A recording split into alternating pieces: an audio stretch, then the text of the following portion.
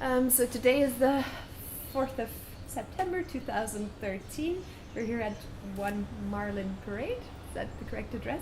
In Cairns, interviewing Bob Cleland, and interviewing you is Deborah van der Plaat and myself, Janina Gosseye. So thank you for talking to us. And as I said on the phone yesterday, the questions are largely subdivided in two parts. The first part is a bit focusing on architectural education, and the second part is more focused on your career. So what we would like to ask you is, what architecture qualifications did you gain, and when, and from which institutions? Sure. When I started in architecture, it was after leaving school in 1956. It sounds like a long time ago, and it is, because I became registered in 1962.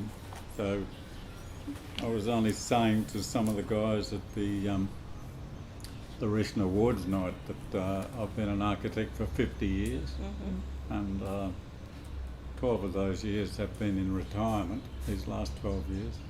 But in my day, when I left school, it was possible to become articled to an architectural firm, and that's the way I went. I became articled to a firm called S.G. Barnes and Orabin, and Ed Orabin was the junior partner, Sid Barnes the senior partner of that firm.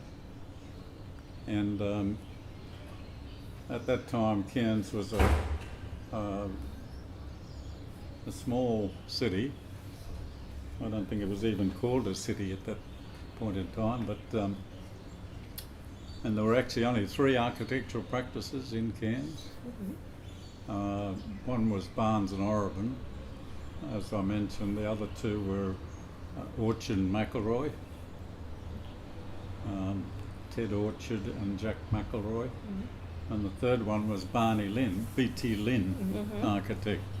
There were others that came along in years following that, came and went, and some of the bigger architectural firms who gained commissions in this area in the 60s set up offices at different times. Lund, Hutton and Newer, for example, had an office here. Well, they were more concentrated on Townsville, really. Townsville was more the hub for architectural practices, larger practices. Cairns was, as I said, a small city at that time. And did you grow up in Cairns? Yes. Yeah. And why did you decide to become an architect? Only on leaving school that this position became available, so I went and applied for it. And I'd always had an interest in drawing and technical drawing and all that sort of thing. And the principals of the firm felt that I had sufficient aptitude to put me on as an article pupil. Actually, Eddie Orabin had followed the same course. He was an article pupil, and I think it was in central Queensland, but he did the Board of Architects examinations to become an architect, which I did eventually. Board of Architects exams, which gave you registration as an architect once you'd passed. And when did you do that exam? Beg your pardon? When did you do that? When did you take the exam? That was in the early 60s. That was 62. That when you became registered? 61, 62. I'd been articled at that stage for 5 years. I think my weekly wage, I've still got the original papers, but the weekly wage was 10 shillings a week when I started as a pupil. And who else was? But Sid Barnes was a good mentor. He came up in the war. It was brought up. His architectural practice was based on his experiences during the war years. He was involved in some of the wartime reconstruction work, and then I don't know how he came to be living in Cairns, but he was a good technical architect. I wouldn't call him a great design architect, but very good technical architect, more like a structural engineer than an architect. Whereas Eddie Orban always showed a flair for more the design side. Can you explain the articled system to us? How did that work? Yes, basically it was similar to there were three of us in the family, and it's quite interesting to note that all three of us, myself and my two brothers, we all had articles of apprenticeship. My second brother, I was the eldest, and my second brother was an article pupil to a chemist. And he became a chemist. And my third youngest brother was an article pupil in the legal profession, and he became a solicitor after serving his indentures. The indentures were just a set of papers drawn up by the mentor, a legal document which was signed by the guardian or parent of the pupil, and the mentor, for want of a better word, he contracted to teach all he could to the pupil for a period, I think it was 5 years. And during that time the pupil was required to undertake a course of study. There were correspondence courses available, and so I did 5 years of correspondence with Sid Barnes and Eddie Orban looking over my shoulder, sort of thing. At the end of that time, when you felt ready, you were applied to sit for the Board of Architects examinations. And I'm not sure of the structure these days, because this is going back 50 years, but I mean, in those days we had I think it was 8 or 9 subjects, and most of them were university subjects. You had to sit with the university students for things like architectural design was 6 year. The structural mechanics was a 3rd year course, I think. Town planning wasn't actually in the registration system, but town planning you had to sit for with the 5th year students to become an associate of the institute. That was later after registration. And I think there was 8 or 9 subjects. History of architecture, which was I think a 1st or 2nd year subject. And they were tough papers. I mean, you had to be well prepared. The ones that I stumbled on the first time were architectural design, which I had to go back and sit a second time, and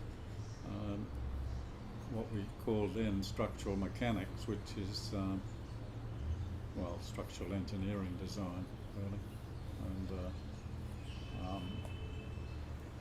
but I passed both those the second time around. Keith Prince, who's a partner of Bruce Clark's, did it the same way. Keith did the Board of Architects examinations also. So I dare say there are quite a few architects around Queensland that became registered in that fashion. That way, But probably not as an article pupil, more as somebody that works in an architect's office for many, many years and has to get up and go to study hard enough to be able to pass those board subjects. And do you remember what institution the correspondence course was done? Yes, I did a course with an outfit called Nangle Institute of Technology from Sydney. And they would send papers on the various subjects through, and you would have to complete those papers and send them off for marking. And I think I was pretty good on history of architecture and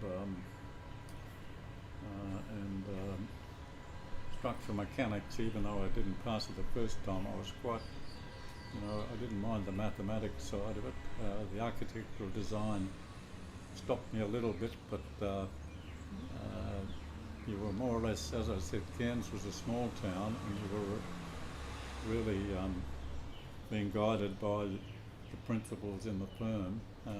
You didn't have the advantage of having other people around you, Mm-hmm. other design people around you. That came later, of course. And at Sid Barnes and Urban, who else was working there? How many people were working there when you started? Do you remember? Was it a big No firm? one else. No one else. They No. were the two partners and you. No, we did. Okay. There was only Mr. Barnes and Mr. Orban and myself. Oh, sorry, one other. I had draftsman by the name of David Lyle. Mm-hmm. He never qualified as an architect, but he was a good draftsman. Yeah. And So what- I was one draftsman and a junior, Yeah. because the principals of the firm did all the drawing work themselves Oh. for most projects. I mean, we're talking about the days long before computers, and everything was drawn by hand. And one of my jobs in the first couple of years was to lug a big printing frame out into the backyard and hold it up to the sunlight, and the tracings would you'd set it up with the dial-on paper and the trace and wait for a certain number of minutes, and then into the shade and develop the print with developing solution. Mm-hmm. And we would do 10 sets of working drawings, which might be half a dozen sheets, and it was my job to do them and colour them. In those days they were coloured working drawings that were handed out to contractors for pricing. And sorry, what type of work was the firm doing at that time? Hospitals, shire work for local authorities, up on the Atherton Tableland, as far away as Cooktown, down as far as Tully, halfway to Townsville, houses, hotel work, just about anything that came along, anything from a toilet block to a shire hall type of thing. And some of those buildings are still in existence. Sid Barnes himself, I can remember he did the Tully Hospital, which was a big project. It was about a 5-story block, and it was what you'd term now to be an Art Deco style, because all the balconies and verandas were solid concrete balustrading with curves on the corners, and I think the building's still in existence in Tully at the hospital. I'm not sure whether it's the nurses' quarters or the actual hospital building. No, I hope it's still in existence, because it was quite a building. Can you remember the date? Oh, that would have been late 50s, about 58, 57, something like that.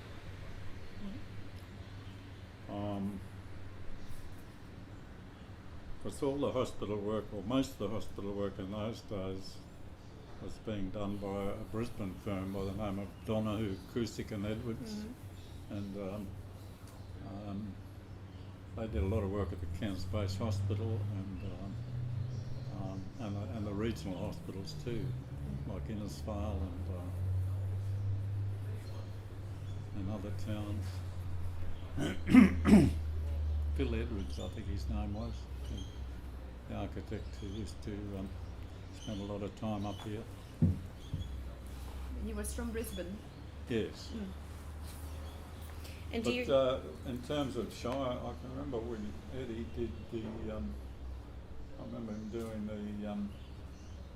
the hall at Ravenshoe for the Herberton Shire Council. That's still in existence, like a big town hall. And then later in about the early 60s, Eddie was doing a few churches, and I can remember him doing while I was in the office doing the designing and drawing up the Shire Hall in Mareeba and the Methodist Church, I think it is, or Presbyterian Church in Mareeba. And he did an Anglican church in Gordonvale, which is still in existence. And he did later he did two quite nice churches in for the Church of England at Proserpine, which seems a fair way away from the practice, but he must have got to know the bishop to be able to get that commission. But he did the one at Proserpine, and he did one in Innisfail for the Presbyterian Church too. I can remember those projects happening at that time. I think that might have been after. See, what happened was Sid Barnes passed away suddenly in I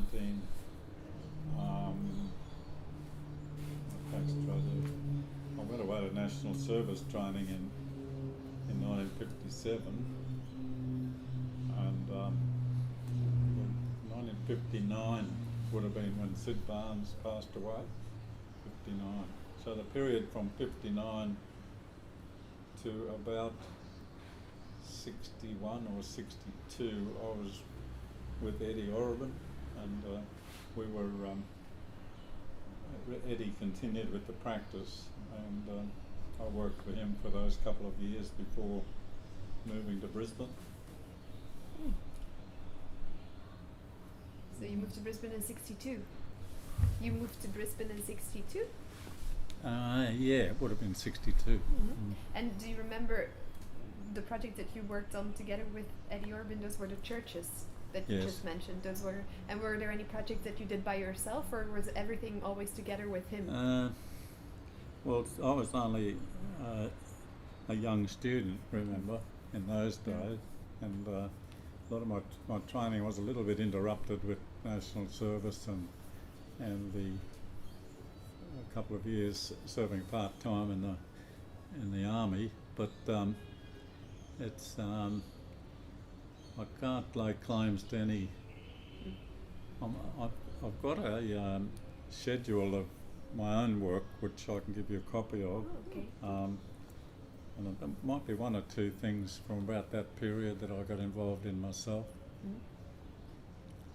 And the work of Eddie Orban seems quite derivative of Frank Lloyd Wright and other influences. Did he show you that work, or were you looking at? Yeah. Very, very, very much so. In fact, Eddie was, you might call a disciple of Frank Lloyd Wright, to the extent that a lot of his work was pure copy, you know, and which is good in one way, bad in another.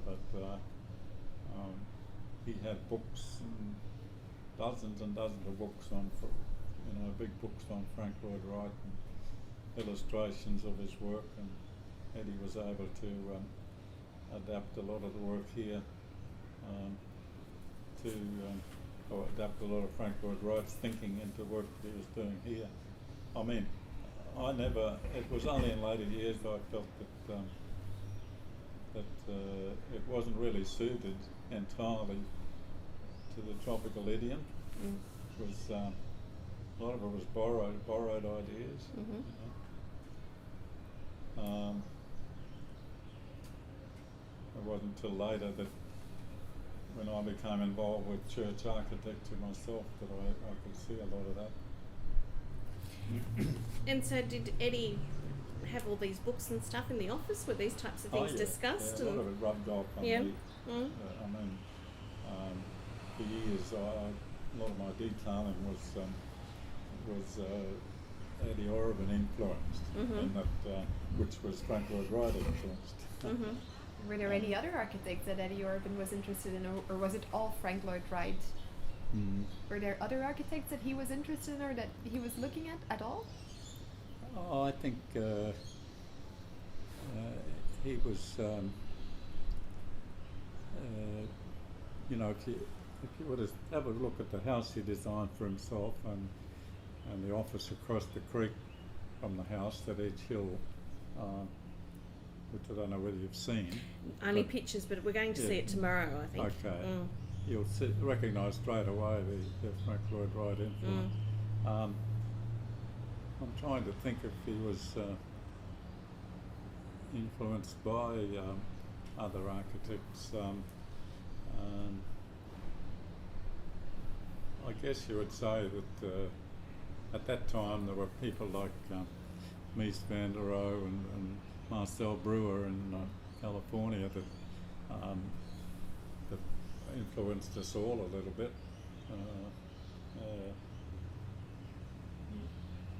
Well, I was about to ask that question. But there's a chap in Bruce Clark's office. Martin. that's, Martin that- Major? Yeah, Yeah, Martin yeah, Major. yeah. He did a thesis on Eddie, Yeah, yeah. so he's a better source of information than I am. Mm. But I think it's not being unfair to say that Eddie was a prolific draftsman. As such, he would get up at he would work. Well, he'd have a few hours sleep, and he'd get up at 3 a.m. and start on the drawing board. And he was a prolific producer of drawings, and so he was able to churn out a lot of work. But it's also fair to say that a lot of the work we were doing at that time, like he did a lot of work after I left too, that I'm not familiar with. But a lot of the work that we were doing at that time, as it was with most architects' offices in those days, is that we were doing a lot of very mundane work as well. I mean, we were doing duplexes and residences and pub alterations and licensing commission requisitions on hotels and things like that, which were you wouldn't call it any of it noted work, but it was all grist for the mill. You know? And every architect has that even today. I mean, Yes. you take the good with the bad. You've talked about Eddie's interest in Frank Lloyd Wright. Yes. What about yourself? Did you have any particular interests at that time in terms of international architects or Australian architects? Or anyone Yes, stand I out was for you? very impressed with some of the work of the Sydney and Brisbane architects, like Harry Seidler in Sydney, and John Dalton in Brisbane, and you know, these were the days before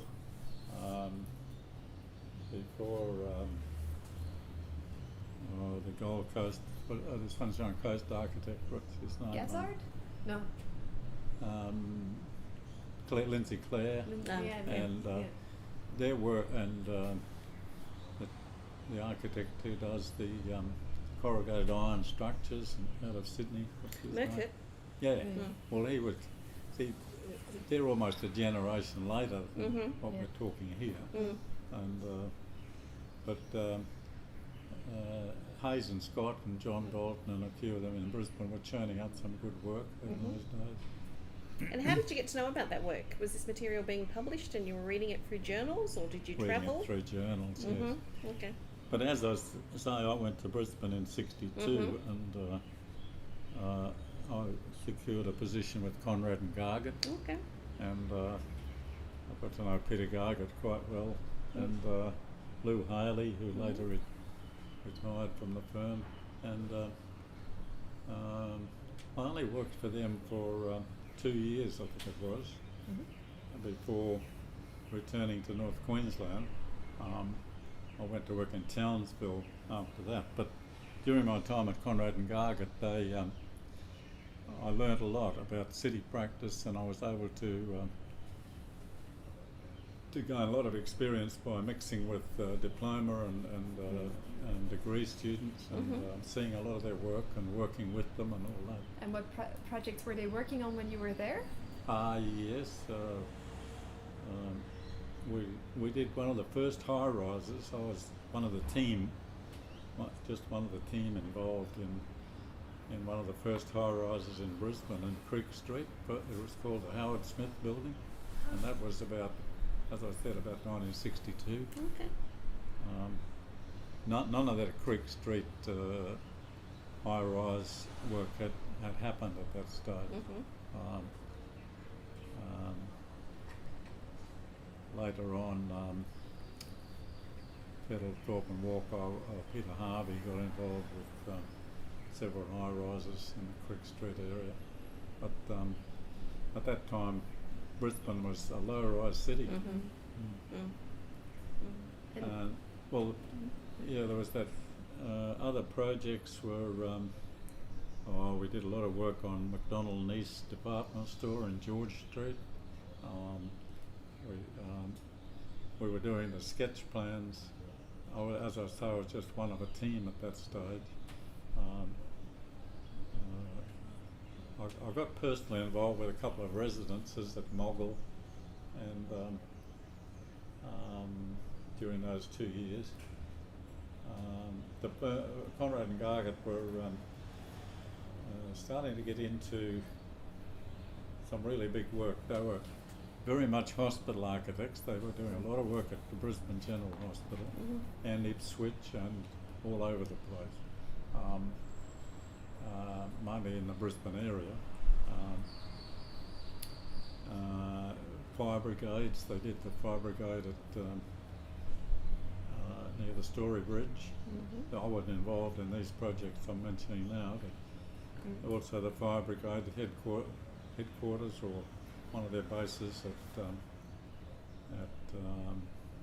Roma Street, that brick building there. And sketch plans were being worked up when I left for the new SGIO building, which is the one on the corner of Turbot and I had some contact with Conrad and Gargett after that because they did a manager's residence here for the MLC Insurance Company and an office building in Abbott Street and an industrial building. I think it was IAS or one of those industrial tractor people did a building on Mulgrove Road, and they were the architects, and they asked me to work in association with them on those projects. Why did you decide to go to Brisbane at that point? Was there not enough work here, or you just wanted a different experience? Why did you go to Brisbane after? Different experience, and I guess not enough work in Cairns, yes. A couple more architects were starting to appear in Cairns in the early 60s. As I said, Lundhut and Newell had an office here. And I think, well, Barney Lynn, I'll get to Barney in a minute, but yeah. At that time, you know, I was a young, I graduated, I became registered in late 62, and I was admitted as an associate, I think I don't know whether it was the end of 63 or early 64, but by that time I'd taken a job with, how did that happen? An associate at Conrad Gargett. Yeah. Oh no, I went to Townsville and worked for an architect there called Len Freer. Len and Freer. But that was only for a short couple of months, and then I got a job with Lund Hutton and Newell's office here in Cairns, and I worked for them for a while. We did. It was while I was working for.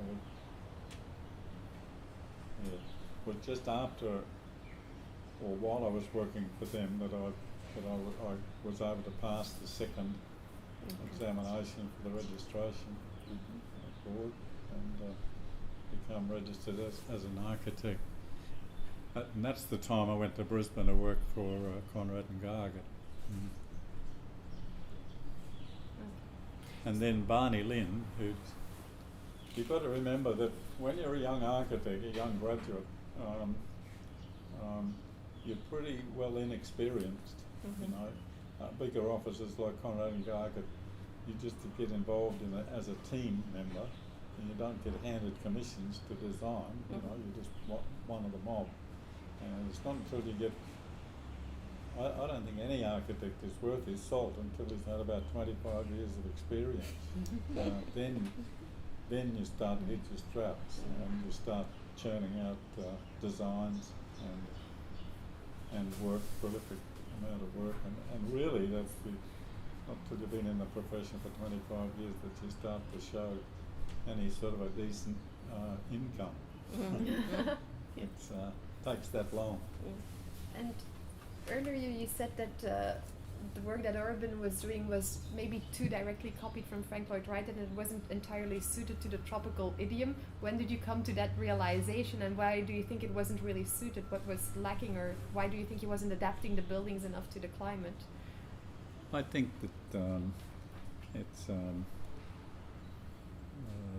think the climate here demands buildings that have wide overhangs and sun control and sun shading, and I mean, this is a good example. This veranda, we get a lot of afternoon sun here, and it might be great in Brisbane and Sydney and Melbourne at this time of the year, but in North Queensland it's too hot.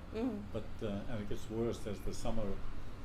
But it's the climate that dictates the style of architecture rather than a copy of a style from overseas. And I just feel that some of the later work that I get involved with before retirement, particularly that we were able to explore the more the tropical type of architecture that the area demands. So did you feel when you were working with Eddie Orobin in these early years in practice, climate wasn't such a big issue at that stage? It was more about. So. No. Okay. It was more, although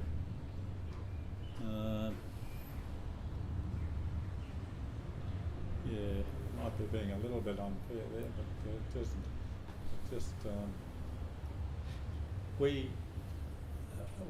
we did do an interesting little project at Conrad and Gargett, which I'm very proud of to this day. It embodied all the things I'd learnt from Eddie Orobin. The Archbishop's Chapel. That's right. Together with Graham Thedeke. Yes, that's right. Myself and Graham Thedeke worked up that design, and the Archbishop liked it, and so we went ahead and did it, and there was we had a fairly liberal budget to play with, and so it's a really nice little building, but very, very much Frank Lloyd Wright. Graham was also a big fan of Frank Lloyd Wright. Who's that? Graham Thedeke was also a big fan of Frank Lloyd Wright at the time, so you managed to find the two. Yes. Oh yes. We built a little model and showed that to the Archbishop, and I've been back there since, and it's weathered very well. It's got from memory the roof is copper sheet, and it's a pleasant little building. Just from what little knowledge I do know of Eddie Orobin's house and his studio in particular that was attached to the house, I believe there was meant to be quite interesting use of windows and louvers. It's got quite an aerodynamic. I believe he also had some interesting aerodynamics and flow of air. Yes, was that a climatic? Was that sort of the extent of the climatic interest in that building, or? Yeah, I guess so. Yeah, from memory, I've been back there for a lot of years, but the glazing bars to the front are sloping and angled at the same time, mainly glass, but every now and again there are openable panels, and interesting concept. there's a church designed by Frank Lloyd Wright. I think it's called the First Unitarian Church in Nevada or somewhere. And, the similarities are quite remarkable. And I should add that Archbishop's Chapel in Brisbane is almost an exact Replica. copy. Well, not a copy, but it's an exact. You could be mistaken for thinking that it was a copy. Yeah, but I think we did it better than Frank Lloyd Wright. But what was the fascination with Frank Lloyd Wright? Why was? What was the appeal? Well, I can't speak for Eddie too much. I mean, you should talk to him really. We hope He's to. still alive. I think what fascinated Eddie about Frank Lloyd Wright,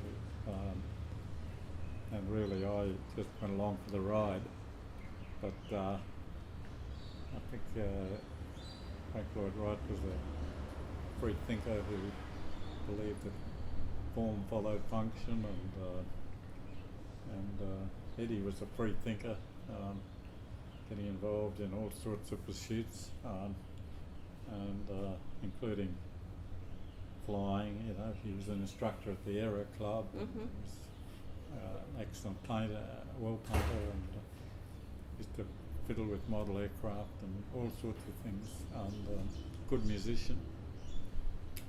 So I think Frank Lloyd Wright appealed to him for those reasons, maybe. And after Conrad and Garget, where did you go? Was it Townsville after or before Conrad and Garget? Was it Freer in Townsville? Was that before you went to Brisbane? Which one? Freer? Freer? Oh, Freer. That was And before Freer. or after? Yeah, I think it was. I can't remember exactly. I know I was only with him for a few months, and I didn't like Townsville, and so I looked for a job back here at home because I wanted to be close to my family, my parents, and brothers, and they were still studying. And that's when you went to Lund, Hutton, Newell? Sorry? That's when you went to Lund, Hutton and Newell? Yes. Yeah, I worked for them in their Cairns office here for about a year, and after I that? think it must have been after that I went to Conrad and Garget. I got on very well with Lou Haley. He was a good architect, Lou. He taught me a lot.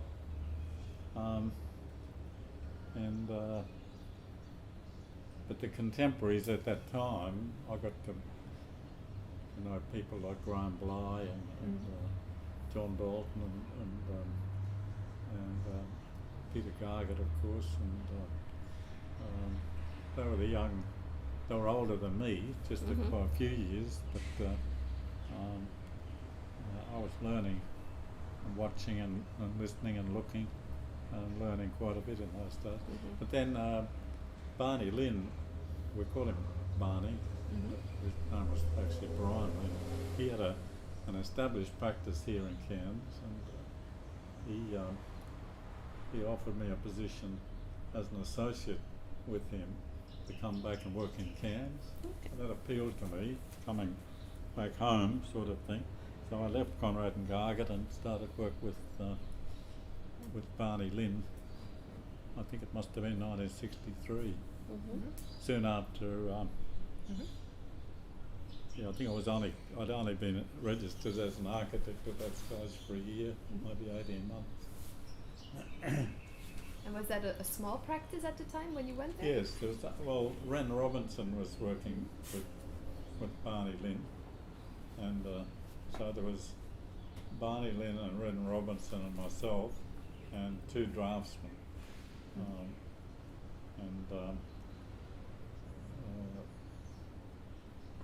We were churning out a fair bit of work. I've been trying to write down from memory the sorts of projects we did in those days, but I know we were doing a lot of work for the local authorities, Cairns City Council.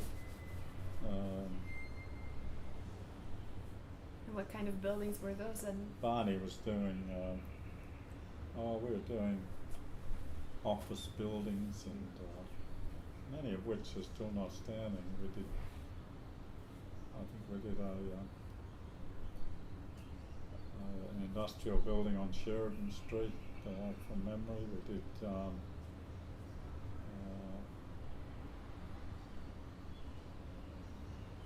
we did a job at Croydon and Shire offices at Croydon for the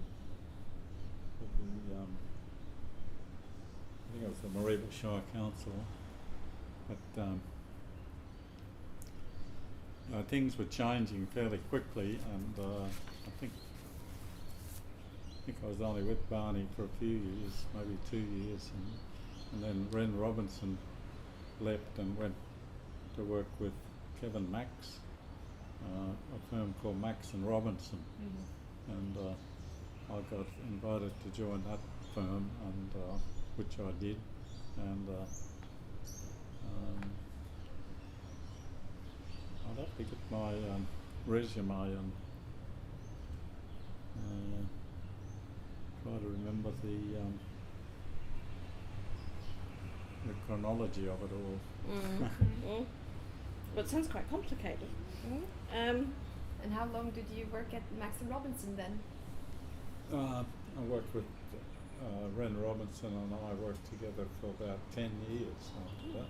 Okay. For about, must have been about 60.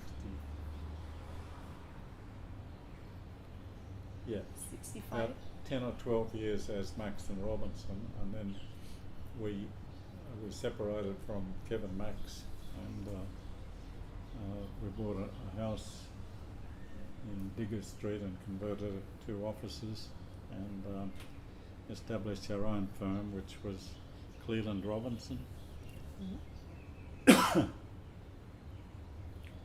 And we operated as Cleland Robinson for, I think the dates would have been something like 75 to 88, 89.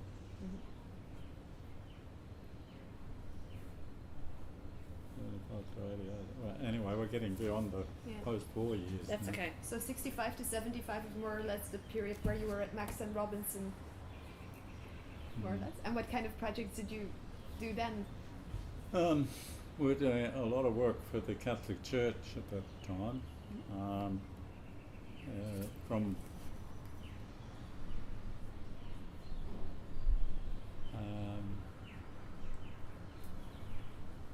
what do I say, from about 65 up until, well, this is up until 1975. Yeah, we were doing work for the Catholic Church. They were our main client, and also for an outfit called the Northern Permanent Building Society. We did a lot of their branches around Queensland.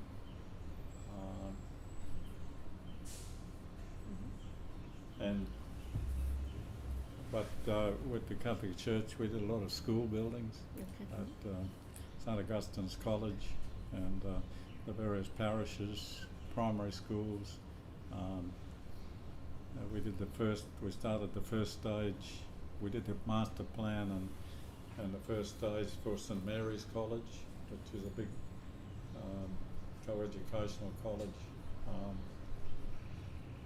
on the outskirts of Cairns. Did you build a house for yourself?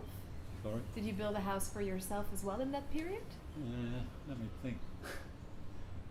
No, I designed a house for myself at that about 75, and it wasn't built till 78. That was at Red Lynch. I might get that resume of mine because yeah, that'd be good. Yeah. if I can find it, I think I should be able to. Pause. Yeah.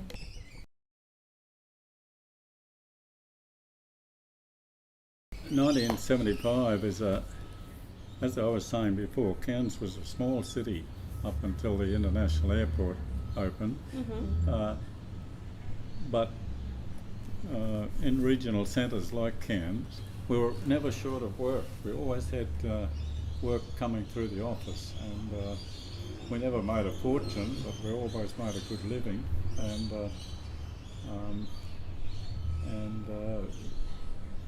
there'd be economic downturns in the southern states, and we'd hardly ever feel it up here. Okay. And we're always busy, And was that because you were working for the whole region? So you're sort of the hub? Yeah, fairly large region. You see, Cairns in those days, we had our own brewery, we had our own harbour dredge, we had a very vibrant sugar industry, we had a vibrant timber industry, we had a very vibrant tobacco industry in Mareeba, and Barney did I remember him doing a head office for the Mareeba tobacco growers in Mareeba, in the main street, Burn Street, Mareeba. That's still there, that building. We had a vibrant shipbuilding industry. NQEA was starting to get fairly large naval contracts. All those industries that I'm talking about have fallen by the wayside, either through because of business reasons or because of government influence. And the fishing industry was vibrant in those days. So the international airport, sort of, in a sense, was the worst thing that ever happened to Cairns. It was a beautiful place prior to that. Not that there's much wrong with it now, it's just that it's a much bigger city and it's more dependent on tourism. Yeah, but did the tourism then take off when the international airport opened? Was there much more work in tourist development for your office? There were, yeah. We were able to capitalise a little bit. Certainly the projects got bigger, and with the population increase and our connection with the Catholic Church, it meant that we were getting more school work to do, and the local authorities were having to expand, and we were starting to get involved with tourism ventures. We did a fairly large, was at the time, about the 80s, a large motel on the Esplanade. We never got involved with any of the high-rise buildings, but we did do, this is Max and Robinson and later Cleland Robinson. We did the Cairns Private Hospital, which was the Calvary Hospital. In fact, soon after establishing ourselves as Cleland Robinson, the Bishop made a momentous decision that he'd stick with the local architects, and there was to be a major expansion of the private hospital, and we panicked a little bit, and we finished up. We got an architect, we employed an architect who specialised in hospitals from Hong Kong, and an English fellow, and he sort of was the project architect for us on the Calvary Hospital expansion. And then we did a couple of medical centres, the Flecker House Medical Centre, which is just around from, I remember doing that one, that was in the 80s. We did the Cairns City Place in the 80s, and we did the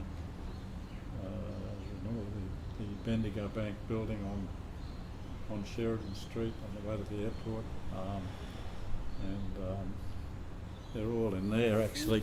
And then when Ren Robinson retired in 1988, I was approached.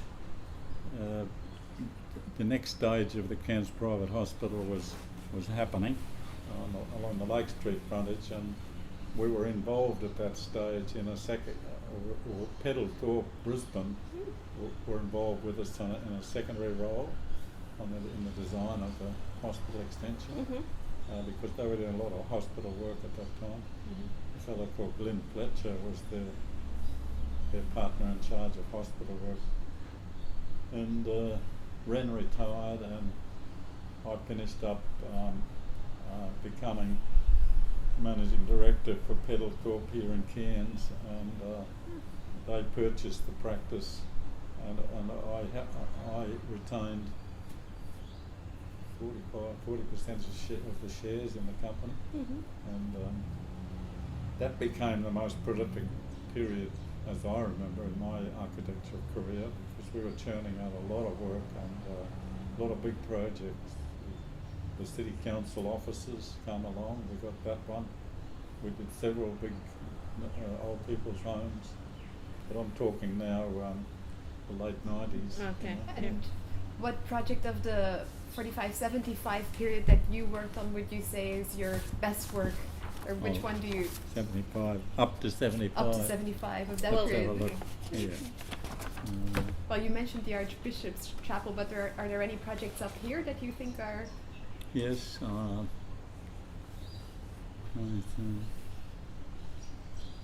Secondary and tertiary projects.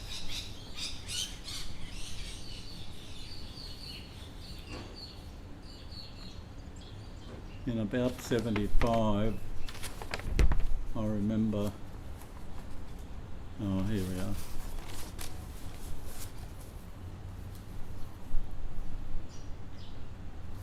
Well, there you go.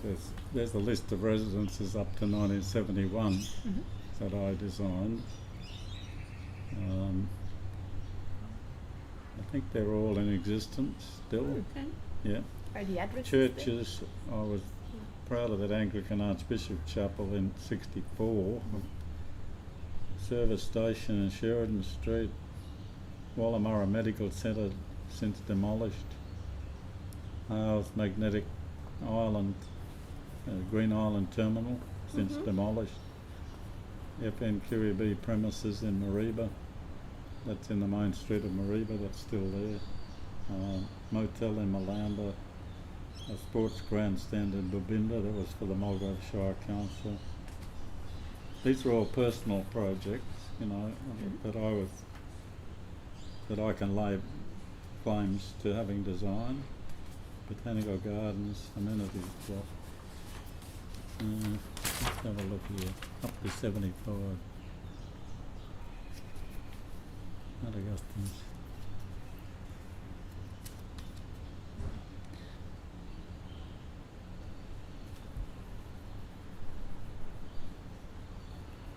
There's a block of flats on Lake Street that are 6 two-bedroom units. I like.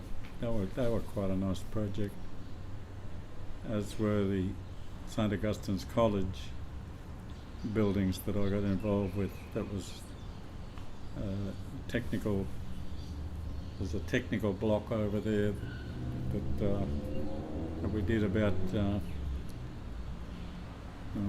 Would have been about 75, I suppose, and also a dormitory block.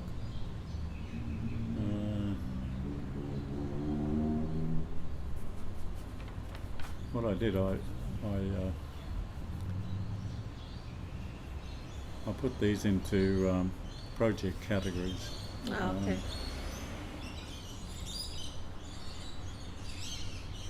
Oh, there's one, 75. St Augustine's Church, Mossman. St Augustine's Church, Mossman. I'm proud of that one. And also, oh, there's another one there, St Joseph's at Weipa. That was 75 too. I like that one. I can show you that. Probably got photographs of some of these. Oh, that would be good. Yeah. So what did you like about these projects? So when you say you like that one or you're proud of that one, what are the aspects that... I like getting involved with churches because of the freedom of expression. Okay.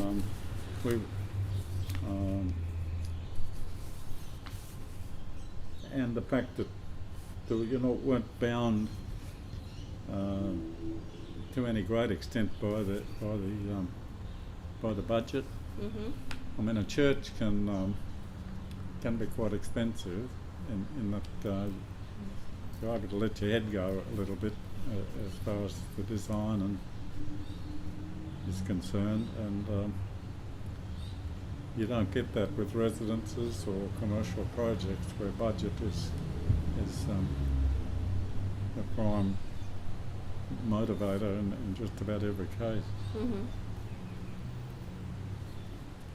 But you said you designed a house for yourself that you built Yes. probably just outside of our period, but that doesn't matter. Yeah, we bought 5 acres on the outskirts of Cairns at Red Lynch, and I designed a house there, a split level house. That's the only house new house we ever designed for ourselves. The others have been renovation jobs.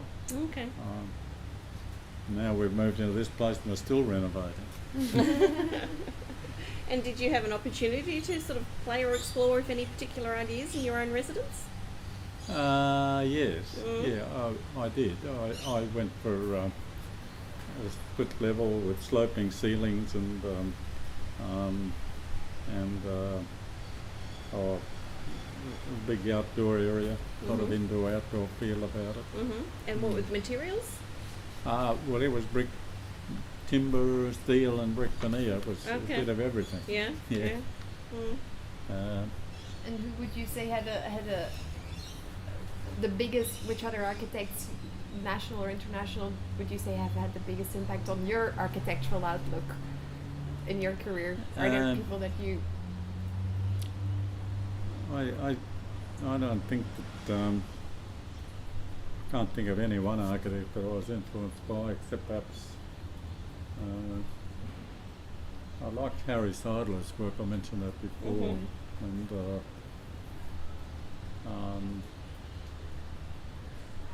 but I think it's just a matter of keeping up with the journals and picking up ideas here and there and everywhere, and going to Sydney and Melbourne and places like that, and seeing how other architects worked. And I don't think of any international architect that I would say that I was influenced by. That's a hard question. If you asked that of most architects, they'd say exactly what I said. But, you learn by your experience and what you pick up around the traps. Are there particular buildings in Queensland in the period that we're looking at that you think are significant or are relevant for?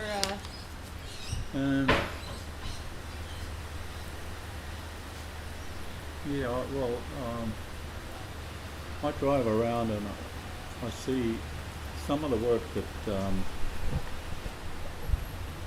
I see it in Mackay and places like that, Mackay and Townsville, and some of the university work here in Cairns.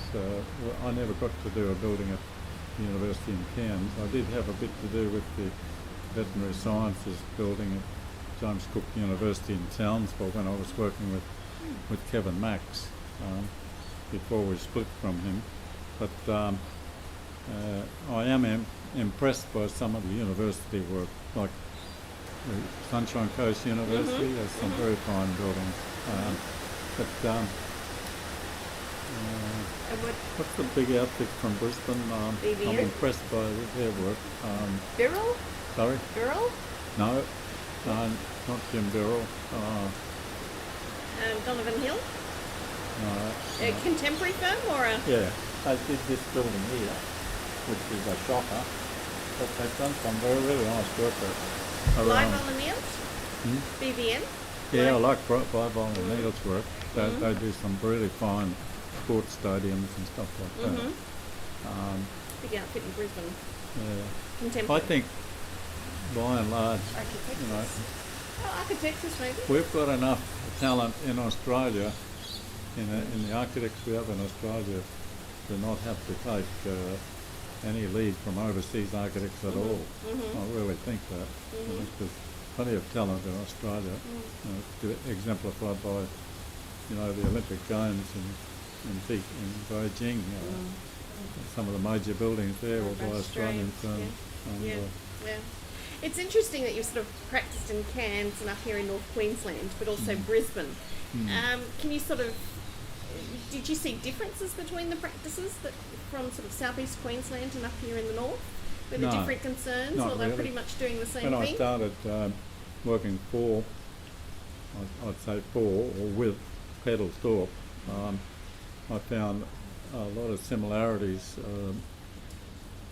but I can tell you this, that they were always surprised by our business, the way we ran our business up here compared to the way they run theirs in Brisbane.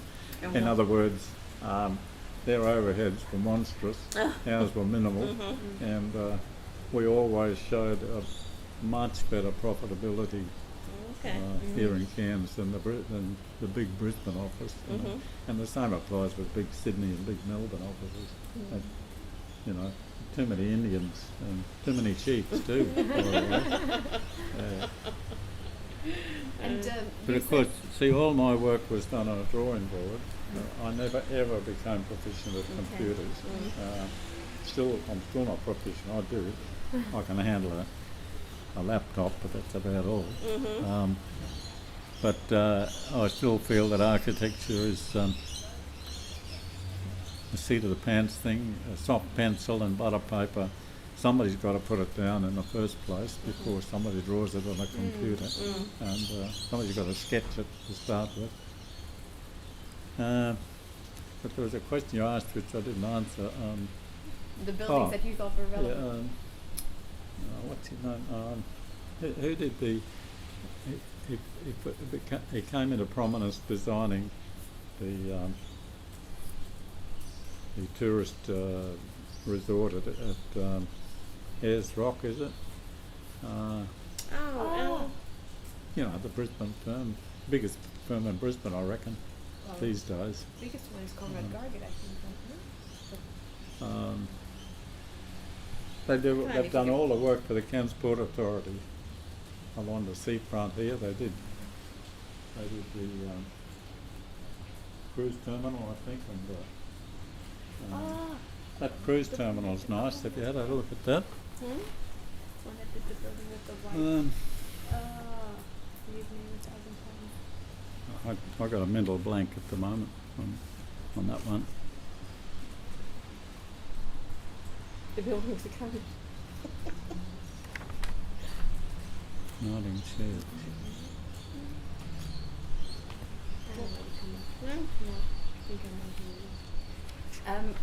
And the practices, Max and Robinson, and your practice later on, Cleland and Robinson, how big did the practices become, or how many people were there at the maximum? And are there people that stand out in particular?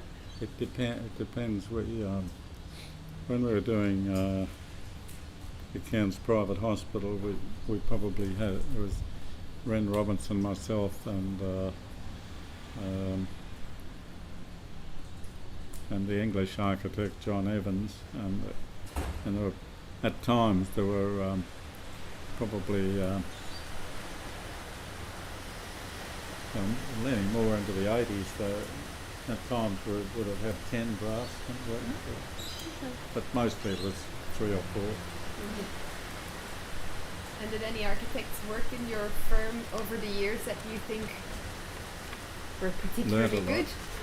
Yeah, just about everybody, but now Bruce Clark never worked in our office, but Keith Prince did, his partner. Neil Graham, it was Power, Graham and Dempsey was their firm. Neil Graham came through our office.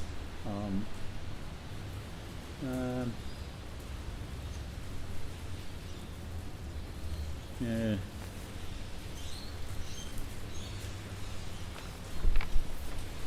You can see that a lot of these projects are post 1980, and as I said from the outset, by 1980 I was about 18 years registered as an architect. It's not until you're 25 years in the architectural practice that you really start to hit your straps. And you start churning out a lot of work.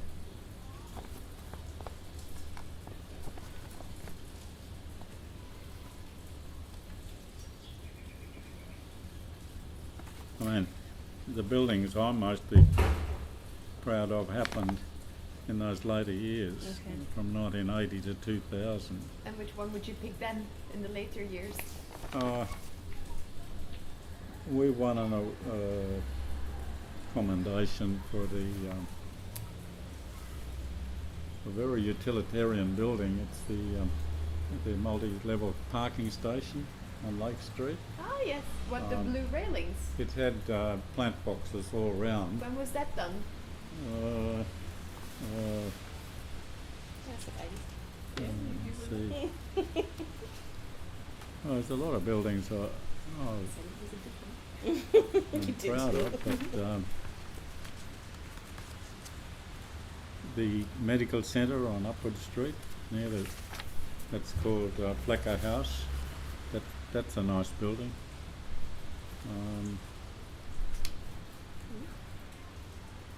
And the Bendigo Bank building on Sheridan Street. Okay. I like that one. I'll show you a photograph of that. Very good. Do you have addresses on this sheet? What? The addresses on the sheet? No, well, Okay. yes, to the extent it's got Martin Street, Sheridan Street. It just gives us something to go. I've never ever got around to putting the street number. Okay. for strangers to go and have a look Because you at. listed a number of the early residences I too. should do that. Yeah. Because that'd be good to. Yeah, get a copy of them. So what happened to all the records from your firm? Well, see, Peddlethorpe still has all the It's all records incorporated into the. from about, because they bought the practice in 88, I think it was, 89. They've got all the records since then, but that's only 20 years. Prior to 1975, nobody would have any records except any drawings or, I mean, a lot of buildings are still able to be photographed. What I was attempting to do recently, I talked to Martin Major and I said what we should do is start listing buildings in the area, in the Cairns area, which people are unaware of, which I consider to be architectural projects, noteworthy architectural projects, and put the architects' names on them. Before we either forget about it or we die and all the records are gone. Like, for example, Ted Orchard. Now, nobody in town, except perhaps me, would know that there's about 3 or 4 buildings that I could point to that were designed by Ted Orchard back in the way back after probably in the 50s. Okay. And one of them is Tobruk Pool. Ah, yes. The entrance of the Brook Pool, I saw very that Art coming in. Deco look about it. There's a residence, a brick residence on the corner of, it's the corner of Applin Street and Abbott Street, just 2 blocks away here. Oh, okay. It's, near the Central School, and it's it was the Mellick residence, and it's a brick 2-story residence designed by Ted Orchard. There are other, and when Jack McElroy was in partnership with him, well, I can tell you that in the 1970s, the Cairns Civic Theatre was designed. Now that was designed by Orban, McElroy and Lynn, working together as a consortium, and they designed the Cairns Civic Theatre, or sometimes referred to as the Cairns Civic Centre. You know where that is, I think. No, we don't, but we can find it. It's in Florence Street. Florence Street?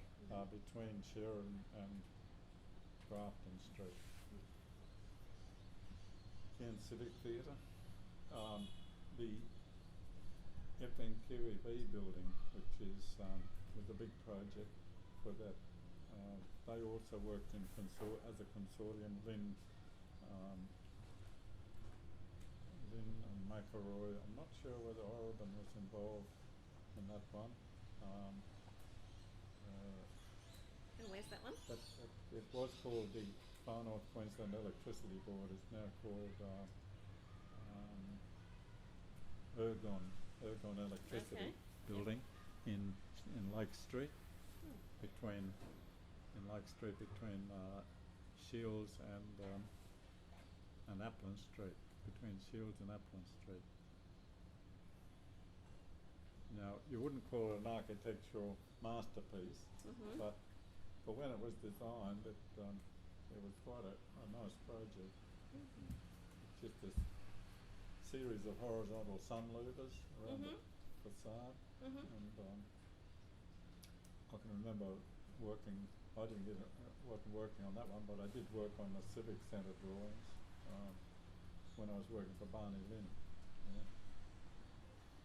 Yeah. Eddie Orban did that. He did a building for, there was a firm here called Burns Thorpe, and Eddie did work for them, and he did a warehouse in Innisfail for them, I remember, and then he did an addition to Hyde's Hotel, which is in the City Place. Hyde's Hotel. It's the old hotel building on one corner of the City Place, and in behind that is what you'd call a modern a set of hotel rooms from one street to the other. Okay. From Lake Street through to Grafton Street, and internally, I think it was a disaster as an architectural statement, because if you have a look at the facade on both street frontages, it's moulded concrete. Some people like it, but internally the rooms are dark and you know, I haven't seen it for a long time, and I probably rejuvenated it somewhat, but I was never impressed by that building. So talking to Martin Major, I thought, well, what we should do is start jotting a few of these down, like Barnes and Orban, not the buildings which Martin Major has listed already in his thesis, which I haven't read, but I know he would have covered all the major ones. But there are others that I know of that he wouldn't be aware of, and some of them are not so glorious, but they are part of the story. Yeah. they're all grist for the mill, as it were.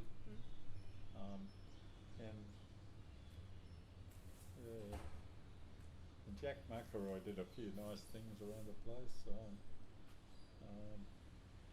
I can't think of.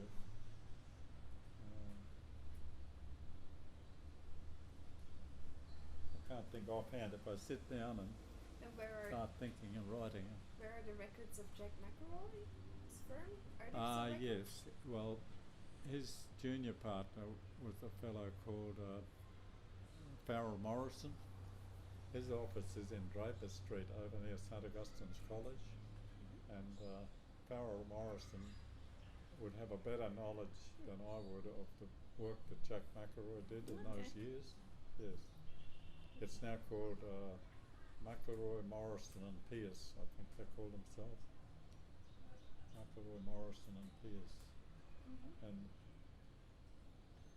you know, starting from those three architectural firms in the late 50s, if you look at the list of architects in Cairns now, there's dozens and dozens of them. I'll just see if I can find anything else. Now, I think your idea of documenting some of these key buildings and listing, that's partially what we're doing with our oral history project. So we'll happily talk to you about. Oh yeah. Oh, you'd like that one. Yeah. Going to take some photos. Just an old file with a few things in it. That is quite good. That's Take some photos later. the City Council, in their wisdom, demolished a lot of this City Place work that we did. We were just in City Place, wandering through. We did the original City Place. Oh, it's quite different now, isn't it? Yeah. They were the covered ways that extended from across the 4th Street corners. We had covered ways, and Well, I can see you need them around here. Yeah. We're just trying to Oh, work out yeah. how to get Yeah. home. When it, Without getting soaked. when it rains here, it really rains. Is this normal for this time of year, this sort of weather? No, it's not. Ah, okay. September's usually dry. Okay. That's the Flecker House Medical Centre. Okay. Okay. Flecker House. And is that, was that 80s, did you say, or? That's Yeah, still that's in later. existence. What's That's that? later. The medical centre is when you were in Rain and Robinson, right? Yeah, that was Cleland Robinson. Queen that of one. Robinson. That's Oh, I'm sorry. it's an all white building, and these because of the medical suites, professional suites, they had a considerable amount of plumbing, and all the plumbing is concealed within these Okay. Yep. spandrels, which act as a sunshade and also as ductwork for a lot of the plumbing piping, Okay. which a lot of that came along later, but they're able to, the plumbers are able to get into the spaces Oh, yeah. and work on plumbing pipes without disturbing the exterior of the building.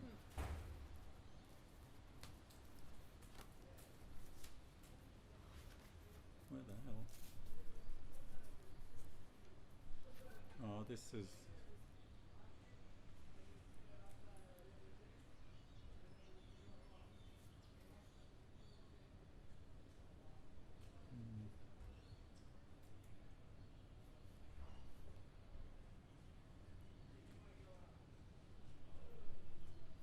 These were, they're not particularly good photographs, but there's some shots of the Car park? City Council parking station, Yeah, This one.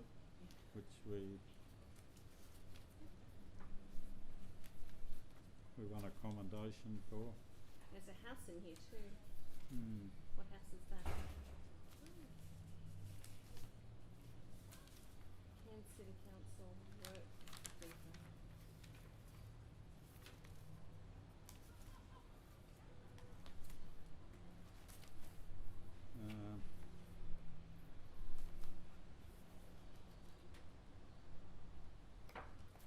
Not a particularly good illustration, but that's another church that I did at West Cairns. Okay. So, Fantastic. yeah, all in all, I did about 6 churches for the Catholic Church. New one at Port Douglas, Cooktown, Weipa, Dimbula, West Cairns, and Mossman.